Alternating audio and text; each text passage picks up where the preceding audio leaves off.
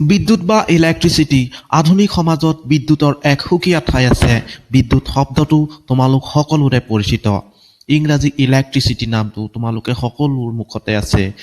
Electrical device এইবোৰ নাম শুনি থকা তোমালোকে মোবাইল, টেলিভিজন, ৰেডিঅ', বিভিন্ন ধৰণৰ যন্ত্ৰপাতিবোৰ, এই সকলোবোৰ যন্ত্ৰপাতি বিদ্যুতৰ সহায়ত চলে। তোমালোকৰ ঘৰত কি কি ইলেক্ট্ৰিকেল ডিভাইচ আছে বা কি কি সামগ্ৰী আছে যিবোৰ বিদ্যুতৰ দ্বাৰা চলে? মনত পেলোৱাচোন। আমাৰ যিটো বাল্ব, যাৰ জৰিয়তে আমি পোহৰ পাওঁ, সেই বাল্বটো বৈদ্যুতিক চাকি, সেইটো বিদ্যুতৰ দ্বাৰাই চলে। গৰম দিনত আমি পাংখা চলাওঁ, এই পাংখাটো বিদ্যুতৰ দ্বাৰা চলে। আমি ব্যৱহাৰ কৰা মোবাইল ফোনটো, ঘড়ী আদিবোৰ বিদ্যুতৰ দ্বাৰা চলে। গাড়ী মটৰচাইকেল আদিতো বেটাৰী থাকে, গতিকে এইবোৰো বিদ্যুতৰ দ্বাৰাই চলে। বিদ্যালয়, কল কাৰখানা, চিকিৎসালয়, অফিচ আদিত থকা বেছিভাগ যন্ত্ৰপাতিয়ে বিদ্যুতৰ সহায়তে চলে। বিদ্যুতৰ ব্যৱহাৰ ইমানে বেছি কিয় বাৰু? প্ৰশ্নটো কেতিয়াবা মনত জুকিয়াই চাইছানে? বিদ্যুৎ আমি এই কাৰণেই বেছিকৈ ব্যৱহাৰ কৰোঁ যে বিদ্যুৎ এক সুবিধাজনক শক্তিৰ প্ৰকাৰ আৰু ইয়াক সহজে নিয়ন্ত্ৰণ কৰিব পাৰোঁ। আকৌ কৈছোঁ যে বিদ্যুৎ এক সুবিধাজনক শক্তিৰ প্ৰকাৰ আৰু ইয়াক সহজে নিয়ন্ত্ৰণ কৰিব পাৰি। তোমালোকে বতাহ শক্তি, জলশক্তি, জোৱাৰ শক্তি, সৌৰ শক্তি বা ভূতাপীয় শক্তি আদি বহুতো শক্তিৰ কথা পাইছা। কিন্তু এই সকলোবোৰ শক্তিৰ ভিতৰত বিদ্যুৎ শক্তিয়েই একমাত্ৰ শক্তি বৰ্তমান যুগত যি আটাইতকৈ বেছি ব্যৱহাৰ হৈ আছে। কল্পনা কৰি লোৱা, বতাহ যদি বৃহৎ অঞ্চল এটাত বলি আছে, তেতিয়া তাক আমি কেনেদৰে নিয়ন্ত্ৰণ কৰিব পাৰোঁ?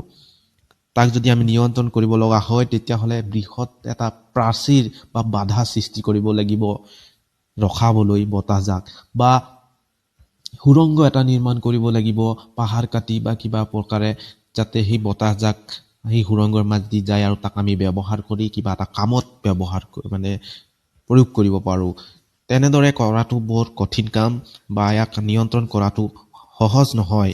বা পানী, জলশক্তিটোকো নিয়ন্ত্ৰণ কৰাটো সহজ নহয়, কাৰণ প্ৰবল বেগত অহা নৈৰ সোঁতটোক যদি বাধা দিবলৈ যাওঁ, তেতিয়াহ'লে ডাঙৰ এটা নদী বান্ধ সৃষ্টি কৰিব লাগিব বা বৰ ডাঙৰকৈ কিবা এটা নিৰ্মাণ কৰিব লাগিব, তেতিয়াহে আমি সেই জলশক্তিখিনি ব্যৱহাৰ কৰিব পাৰোঁ। কিন্তু বিদ্যুৎ শক্তি তেনে নহয়। বিদ্যুৎ শক্তিক আমি সহজতে এটা ছুইচ অফ অন কৰি নিয়ন্ত্ৰণ কৰিব পাৰোঁ। এটা ছুইচ অফ অন কৰি দিলেই বিদ্যুৎ সংযোগ বা বিচ্ছিন্ন হৈ যাব পাৰে, বা বহুত দূৰলৈকে আমি বিদ্যুৎ শক্তি তাৰৰ জৰিয়তে, পৰিবাহী তাৰৰ মাজেদি গাঁও ভৈ, নগৰ চহৰ আদি বিভিন্ন দূৰণিবতীয়া অঞ্চললৈ আমি প্ৰেৰণ কৰিব পাৰোঁ বিদ্যুৎ শক্তিক। আৰু এক বিশাল পৰিমাণৰ শক্তি প্ৰেৰণ কৰিব পাৰোঁ, অতি কম পৰিমাণৰ নহয়, বহুত বিশাল পৰিমাণৰ শক্তি আমি তাৰৰ মাধ্যমেদি কঢ়িয়াই নিব পাৰোঁ। এইবোৰ কাৰণতে বিদ্যুতৰ ব্যৱহাৰ বৰ্তমান যুগত বেছি, কাৰণ ইয়াৰ সুবিধা আছে আৰু নিয়ন্ত্ৰণ কৰিব পৰা ক্ষমতা আছে। দ্বিতীয় কথাটো হৈ গ'ল যে আমি যিবোৰ শক্তি কথা ক'লোঁ, ভূতাপীয় শক্তি, বতাহ শক্তি, জলশক্তি, এই সকলোবোৰ শক্তিৰ পৰা আকৌ বিদ্যুৎ শক্তি পাব পাৰোঁ, কাৰণ বিদ্যুৎ শক্তি তাৰ পৰাই উৎপাদন হয়। গতিকে বৰ্তমান যুগত বিদ্যুৎ ব্যৱহাৰ আমাৰ দৈনন্দিন জীৱনত হৈ থাকে, আৰু এই বিদ্যুতৰ বিষয়ে আৰু অধিক জানিবৰ বাবে বা ইয়াৰ বিষয়ে বিতংকৈ জানিবলৈ এই পাঠটিত আমি আলোচনা কৰি যাম। বিদ্যুৎ প্ৰবাহ বা ইলেক্ট্ৰিক কাৰেণ্ট। প্ৰবাহ নামটো তোমালোকে ধৰিব পাৰিছাই। প্ৰবাহ মানে হ'ল বৈ যোৱা বা চালিত হোৱা। পানী বৈ যোৱাটোক আমি ক'ব পাৰিম পানীৰ প্ৰবাহ বা পানীৰ সোঁত। আৰু বতাহ চলাচল হোৱাটোক আমি বায়ুৰ প্ৰবাহ বুলি কওঁ। ঠিক তেনেদৰে কোনো পৰিবাহীৰ মাজেৰে ইলেক্ট্ৰনৰ সোঁত বৈ গ'লে তাক আমি বিদ্যুৎ প্ৰবাহ বুলি কওঁ। কোনো পৰিবাহীৰ মাজেৰে চালিত ইলেক্ট্ৰনৰ সোঁতকে বিদ্যুৎ প্ৰবাহ বুলি কওঁ।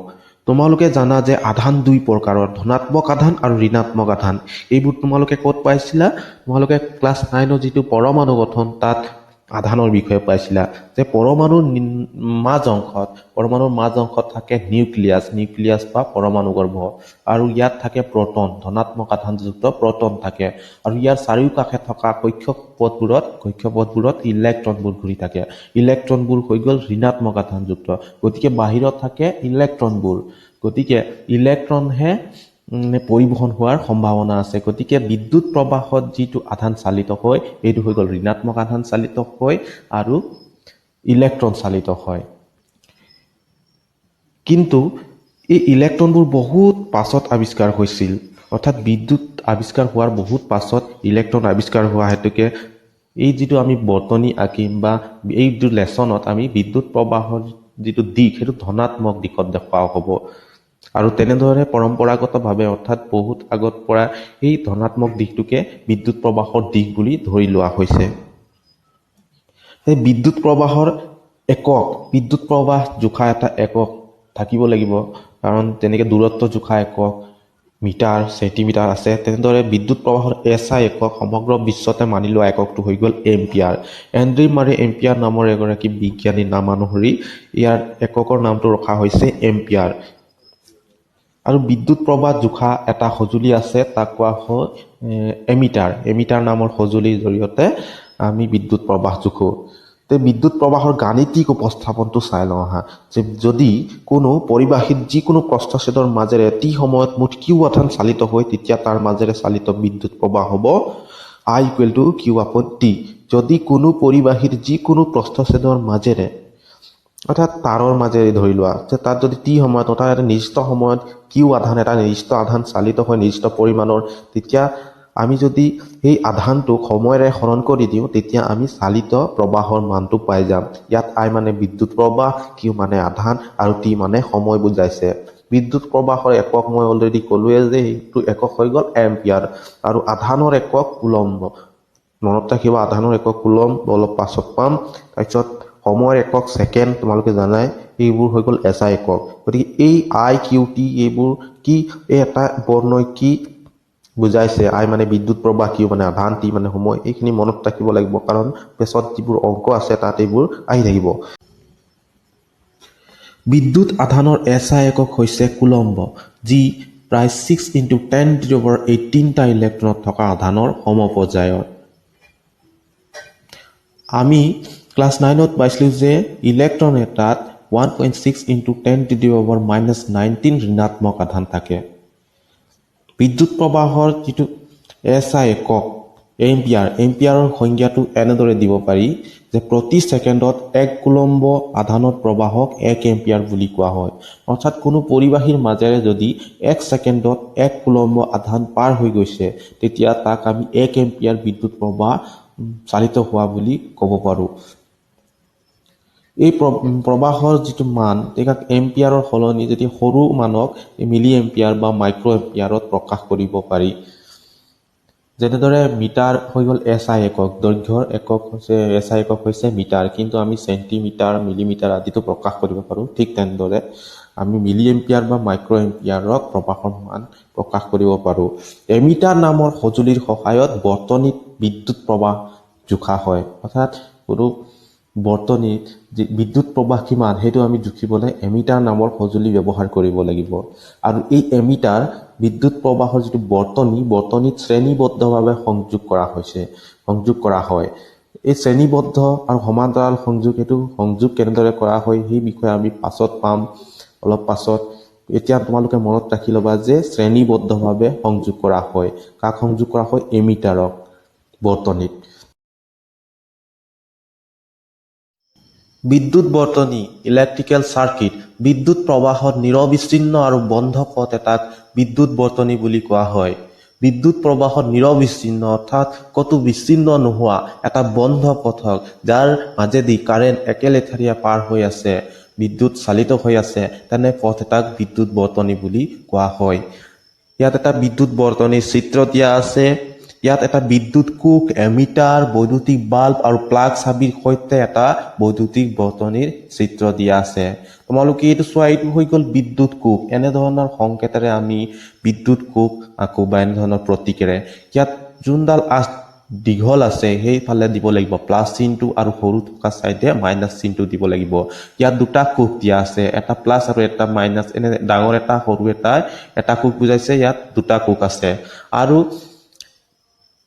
প্ৰবাহ চালিত হৈছে এই প্লাছ চিনৰ যোগেদি প্লাছ চিনৰ ফালেদি এই কাঁচ চিনডাল দেখুওৱা হৈছে কিন্তু আচলতে প্ৰবাহ চালিত হৈ মাইনাছ ফালেদি কাৰণ ইলেক্ট্ৰন ঋণাত্মক আধানযুক্ত কিন্তু আমি প্ৰচলিত প্ৰথা মতে ইলেক্ট্ৰন যিহেতু বহুত পাছত আৱিষ্কাৰ হৈছিল গতিকে আমি প্লাছ চিন ফালে অৰ্থাৎ ইলেক্ট্ৰনৰ উল্টা দিশে আমি প্ৰবাহ চালিত হৈছে বুলি ধৰি ল'ব লাগিব আৰু এনেধৰণেই বিজ্ঞানীসকলে ধৰি লৈছে গতিকে প্লাছ চিনৰ ফালেদি প্ৰবাহ চালিত হৈছে এইটো আই মানে প্ৰবাহ চালিত হৈছে আৰু এইটো হৈ গ'ল এটা বৈদ্যুতিক বাল্ব আমি বাল্বৰ সংকেতটো এনেধৰণে দিব লাগিব বাল্বটো পৰা কাৰেণ্ট ইফালে পাৰ হয় আকৌ এইটো হৈ গ'ল এমিটাৰ মানে সেইটো যোনটো জৰিয়তে যি সঁজুলিৰ জৰিয়তে আমি বিদ্যুৎ প্ৰবাহ জোখো অৰ্থাৎ কাৰেণ্ট কিমান পাৰ হৈছে তাক জোখা এই যন্ত্ৰটো হৈ গ'ল এমিটাৰ গোলাকৃতিৰ মাজত এটা এ দিয়া হৈছে আৰু প্লাছ আৰু মাইনাছ চিন ইয়াতো দিব লাগিব তাৰ পাছত আহি গ'ল এইটো হৈ গ'ল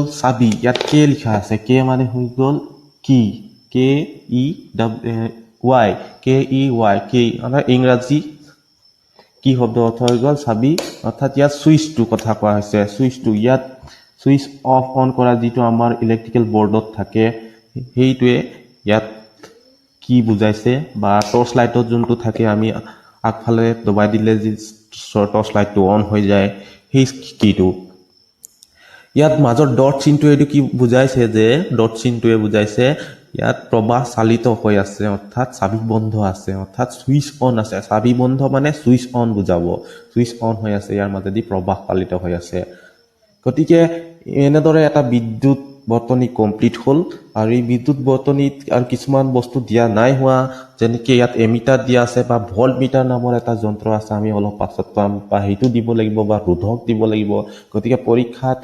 যিবোৰ সংযোগ কৰি বিদ্যুৎ বৰ্তনী এটা আঁকিবলৈ দিয়ে তেনেদৰে আঁকিব লাগিব এইটো এটা ধাৰণাহে দিছো বিদ্যুৎ বৰ্তনী এটা কেনেধৰণৰ হ'ব পাৰে পেজ নাম্বাৰ 20 থকা প্ৰশ্নবোৰ বেছি টান নহয় ইজি আছে যে এটা বৈদ্যুতিক বৰ্তনী বুলি কি বুজায় ইতিমধ্যে মই ক'লোৱে যে বিদ্যুৎ প্ৰবাহৰ নিৰবিচ্ছিন্ন বন্ধ পথ এটাক বৰ্তনী বুলি কোৱা হয় দ্বিতীয় প্ৰশ্নটো প্ৰবাহৰ এককৰ সংজ্ঞা দিয়া প্ৰবাহৰ একক মানে এম্পিয়াৰ প্ৰবাহৰ একক আমি গম পাইছিলো এম্পিয়াৰ গতিকে এম্পিয়াৰৰ সংজ্ঞা দিলে হ'ব তৃতীয় প্ৰশ্নটো অলপ টান আছে টান নহয় মানে এইটো এটা অংক কৰিব লাগিব একদম সাধাৰণ অংক 1 কুলম্ব আধান হ'বলৈ প্ৰয়োজন হোৱা ইলেক্ট্ৰনৰ সংখ্যা গণনা কৰা যে 1 কুলম্ব আধান হ'বলৈ প্ৰয়োজন হোৱা ইলেক্ট্ৰনৰ সংখ্যা কিতাপত অলপ ওপৰত চালে পেজ নাম্বাৰ 20 তোমালোকে পাবা 6 × 10⁻18 টা ইলেক্ট্ৰন 1 কুলম্ব আধানত থাকে বুলি কিন্তু এইটো উপস্থাপন কৰিব লাগিব অংকৰ জৰিয়তে গতিকে একক আমি ইলেক্ট্ৰনৰ যিটো আধান আছে 1.6 × 10⁻19 এৰে তাক হৰণ কৰিব লাগিব তেতিয়াহে আমি 6 × 10⁻18 টা ইলেক্ট্ৰন পাম